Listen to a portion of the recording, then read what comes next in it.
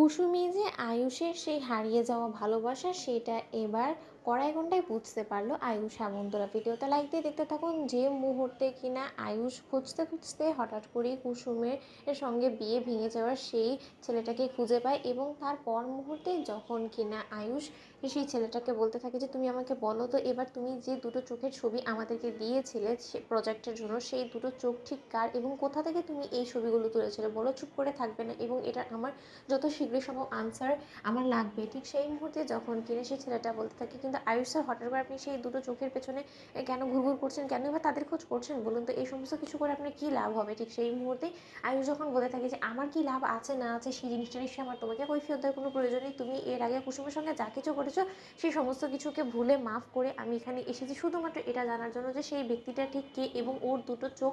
এই দুটো কিছু আমি ঘুরপাক খাচ্ছে আমার মাথায়, এবং যতক্ষণ পর্যন্ত না এই দুটো চোখের সন্ধান আমি পাচ্ছি আমি এখান থেকে কোথাও যাবো না, এবং আমি ড্যাম শিওর যে তুমি খুব ভালো করে জানো যে এদের আসল পরিচয়টা ঠিক কী। ঠিক সেই মুহূর্তে যখন কিনা সেই লোকটা হঠাৎ করে বলে বসে যে সে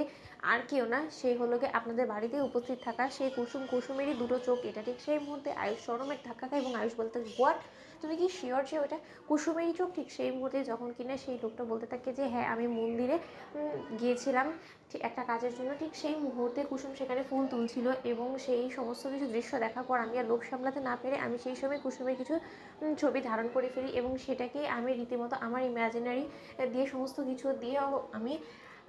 ম্যাডামের প্রজেক্টে ইনভলভ করে দিই, এবং সেখান থেকে হয়তো আপনার কাছে সেটা গিয়েছে। কিন্তু আয়ুষ স্যার আমি একটা কথা আপনাকে বলছি, কুসুম আপনাকে পাগলের মতন ভালোবাসে এবং কুসুম আপনাকে নিজের জীবনসঙ্গী হিসেবে মেনে নিয়েছে, এবং আপনাদের সেদিন ফটোশ্যুটের দিন যখন কিনা আমার সেই বিয়ের পিড়িতে বসার কথা সেই জায়গায় আমি না বসে যখন কিনা আপনি বসেছিলেন, তারপর থেকে কুসুম নিজেকে সম্পূর্ণরূপে আপনার করে ফেলেছে এবং ও আপনাকে ছাড়া ওর জীবনে অন্য কাউকে জায়গা দিতে পারছে না, বিধায় কিন্তু আমার সঙ্গে কুসুমের বিয়েটা ভেঙে দিয়েছিল কুসুম আমাকে বারবার করে মাথার দিব্যি দিয়ে বলেছিল আমি যদি এই কথাটা কোনোদিনও প্রকাশ না করি, এবং আমিও কুসুমকে বলেছিলাম যে এই সত্যটা যাতে কোনোদিনও কারোর সামনে না আসে যে ও আপনাকে স্বামী ভেবে নিয়েছে এবং ও এরপর থেকে ওর জীবনে অন্য কাউকে নিজের স্বামী হিসেবে গ্রহণ করতে পারছে না, এবং শুধুমাত্র এটার রিজনের জন্যই আমি রীতিমতো ওর জীবন থেকে সেদিন বিয়ের পিড়ি থেকে উঠে গিয়ে অনেকটা দূরে চলে গিয়েছি, এবং এছাড়া ওর কোনো রকম কোনো দোষ ছিল না, ও তো নিঃস্বার্থভাবে আপনাকে ভালোবেসেছে, এবং আপনিও আমার যতটুকু মনে হচ্ছে যে সেই দুটো চোখকে নয় বরঞ্চ আপনি কুসুমকেই ভালোবেসে ফেলেছেন, যেটা হয়তো আপনি নিজেও বুঝতে পারছেন না। ঠিক সেই মুহূর্তে আয়ুষ বলতে থাকে যে সেই বিয়েটাকে ও সত্য বলে ভেবে নিয়েছে, সেটা আজ অবধি তো ও একবার ওর মুখে আমাকে বলেনি, তাহলে তুমি কী করে জানলে। ঠিক সেই মুহূর্তে সেই ছেলেটা বলতে থাকে যে আমি জানলাম তার একটাই কারণ ও আমাকে বলেছে যখন কি আমি ওকে জিজ্ঞেস করেছিলাম যে ও কেন আমাকে বিয়ে করতে চায় না, কারণ ও আমাকে বলেছিল যে হ্যাঁ আমি কোনো মতেই নাকি ওকে পুরোপুরি পাবো না। তো বন্ধুরা লাইক কমেন্ট শেয়ার করে সাবস্ক্রাইব করতে ভুলো না।